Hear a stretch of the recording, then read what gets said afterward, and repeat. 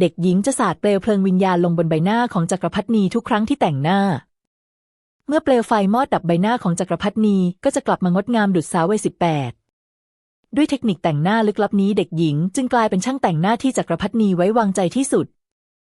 แต่จักรพรรดินีไม่เคยรู้เลยว่าเวทมนต์นี้ใช้ได้แค่กับคนตายเท่านั้นจักรพรรดินีมีอายุมากกว่าฮ่องเต้12 ปีแต่กลับปรารถนาให้ได้รับความโปรดปรานทุกคืนนางเรียกช่างแต่งหน้ามา100 คนแต่ไม่มีใครทำให้นางดูอ่อนเยาว์ได้เลยด้วยความโกรธนางตะโกนว่าพวกเจ้าไร้ประโยชน์ทุกคนต่างหวาดกลัวมีช่างแต่งหน้าถูกประหารไปแล้วกว่า100 คนเพราะล้มเหลว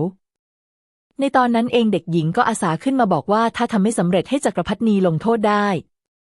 แรกเริ่มผลลัพธ์ของการแต่งหน้าไม่เป็นที่น่าพอใจจักรพรรดินียังดูแก่ชราเด็กหญิงบอกว่ายังขาดอีกขั้นตอนสุดท้ายแล้วฉวยโอกาสตอนจักรพรรดินีเผลอสาดน้ำยาพิเศษลงบนใบหน้าของนางด้วยความเจ็บปวดแสนสาหัสจักรพรรดินีคิดว่าถูกลอบสังหารจึงสั่งประหารทันทีแต่พอนางเห็นตนเองกลับมาอ่อนเยาว์อีกครั้งก็รีบถามถึงสูตรลับโดยที่นางไม่รู้เลยว่าราคาที่ต้องจ่ายนั้นสูงมากครอบครัวของเด็กหญิงสืบทอดศิลปะแต่งหน้าไว้2 แบบอีเหอสำหรับคนเป็นอวิเย่สำหรับคนตายอวิเย่สามารถย้อนวัยได้แต่จะดูดกลืนอายุขัยของผู้แต่งเมื่อตอนเด็กหญิงเคยใช้ผิดทำให้ศพดูอ่อนวัยได้ในพริบตาพี่สาวของเธอโกรธจัดเมื่อรู้เรื่องและกล่าวว่าแม่ของพวกเขาเสียชีวิตเพราะเรื่องนี้ต่อมาพี่สาวถูกจับตัวเข้าวังและต้องแต่งหน้าให้จักรพรรดินีตลอด10 ปี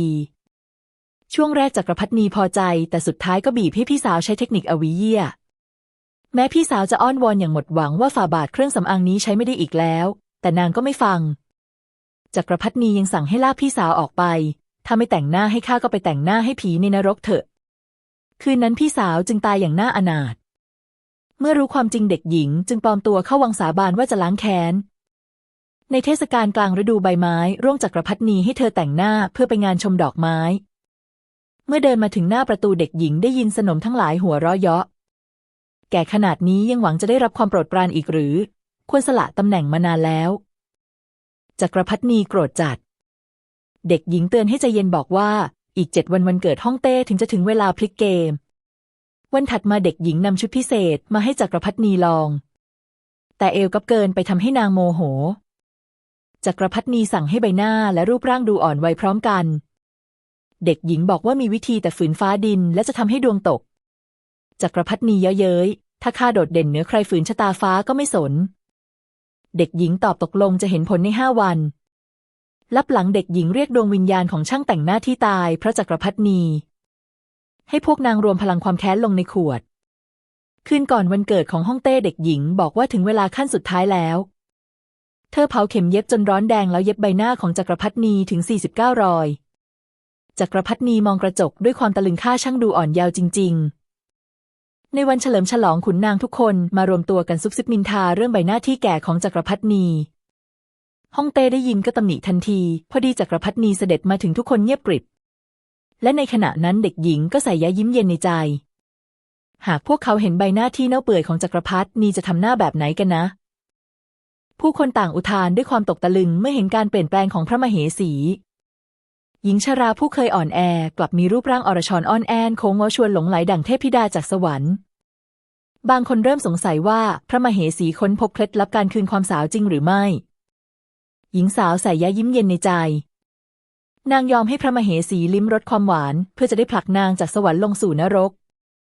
แน่นอนว่าเมื่อพระมเหสีเป็นจุดสนใจข่าวลือในวังหลังก็เริ่มแพร่กระจายพระมเหสีตำหนิทุกคนบอกเพียงว่านางสวดมนต์นานขึ้นเท่านั้นไม่น่ากลายเป็นหัวข้อซุบซิบนางฉวยโอกาสตักเตือนสตรีในวังให้อยู่ในระเบียบในงานเลี้ยงวันเกิดขุนนางต่างตกตะลึงในรูปลักษณ์ของพระมเหสีและกล่าวชื่นชมนางว่าเปี่ยมด้วยเมตตาและความงามสมบูรณ์แม้แต่องค์ฮ่องเต้ยังอดไม่ได้ที่จะกล่าวว่าพระมเหสียังดูอ่อนเยาว์กว่าพระองค์เสียอีกพระมเหสีหัวบอกว่านี่คือผลบุญจากการอธิษฐานให้ประชาชนแต่ฮ่องเต้ไม่เชื่อว่าการอธิษฐานเพียงอย่างเดียวจะให้ผลเช่นนี้นางกำนันอาเอี้ยนผู้แทรกบอกว่าได้ยินมาว่าหากหญิงใดได้รับความรักจากสามีจะยิ่งดูอ่อนเยาว์ลงตอนนี้ดูเหมือนจะเป็นความจริงพระมเหสีโกรธจัดถามว่าอาเอี้ยนกำลังพยายามยั่วยวนฮ่องเต้ต่อหน้านางหรือไม่อาเอี้ยนรีบอธิบายว่าตนเพียงอยากช่วยพระมเหสีและวิงวอนขอชีวิตด้วยสายสัมพันธ์จากการแต่งหน้าแต่องค์เหสีไม่เชื่อนางอีกต่อไป เชื่อว่าเป็นเพราะน้ำมันทาหน้าศักดิ์สิทธิ์ต่างหากที่ทำให้แต่งหน้าได้งดงามเมื่อนางมีน้ำมันนี้ใครแต่งหน้าก็ได้ไม่จำเป็นต้องมีหมารับใช้เจ้านายอีกต่อไปนางสั่งให้แม่นมเสอลากเย่เยียนไปขังในคุกใต้ดินหญิงสาวร้องขอชีวิตสุดแรงแต่ก็ไร้ผลพระมเหสีหัวเราะเย็นชาบอกว่าเมื่อได้ลิ้มรสการสูญเสียแล้วจะได้รู้ว่านางต้องพึ่งใคร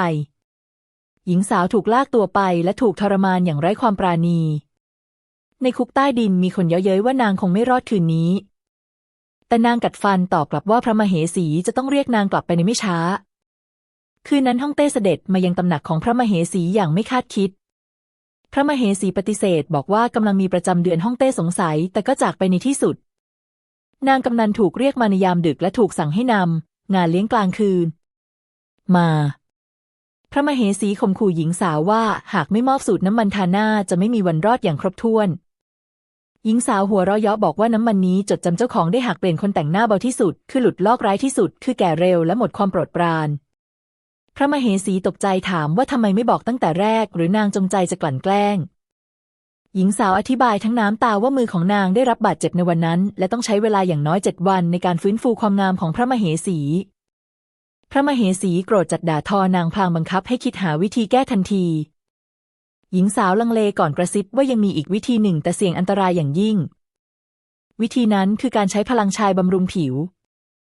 หากดูดกลืนพลังของชายหนุ่มที่แข็งแรง6 คนภายในวันเดียวไม่เพียงแต่รูปร่างจะกลับมาแม้แต่ส่วนลับก็จะกระชับดั่งสาวแรกรุ่นจือฟางเสริมจากข้างๆว่ามีบันทึกในตำราโบราณจริงพระมเหสีสั่งให้ดำเนินการทันทีและให้แม่นสื่อออกไปหาชายนอกวังโดยอย่าให้ฮ่องเต้รู้หญิงสาวหัวเราะเย็นในใจความโลภของพระมเหสีไร้ขอบเขตละครเรื่องนี้เพิ่งจะเริ่มต้นคืนนั้นท่ามกลางพายุฟ้าร้องพระมเหสีจงใจส่งนางกำนันไปเชิญฮ่องเต้แน่นอนว่าฮ่องเต้เป็นห่วงว่านางกลัวฟ้าร้องจึงเสด็จไปตำหนักคุณหญิงทันทีขณะนั้นภายในวังจัดเตรียมทุกอย่างไว้พร้อมแล้วพระมเหสีหัวเราะและสั่งให้เริ่มปฏิบัติการทันใดนั้นมีรายงานเข้ามาฮ่องเต้เสด็จถึงแล้ว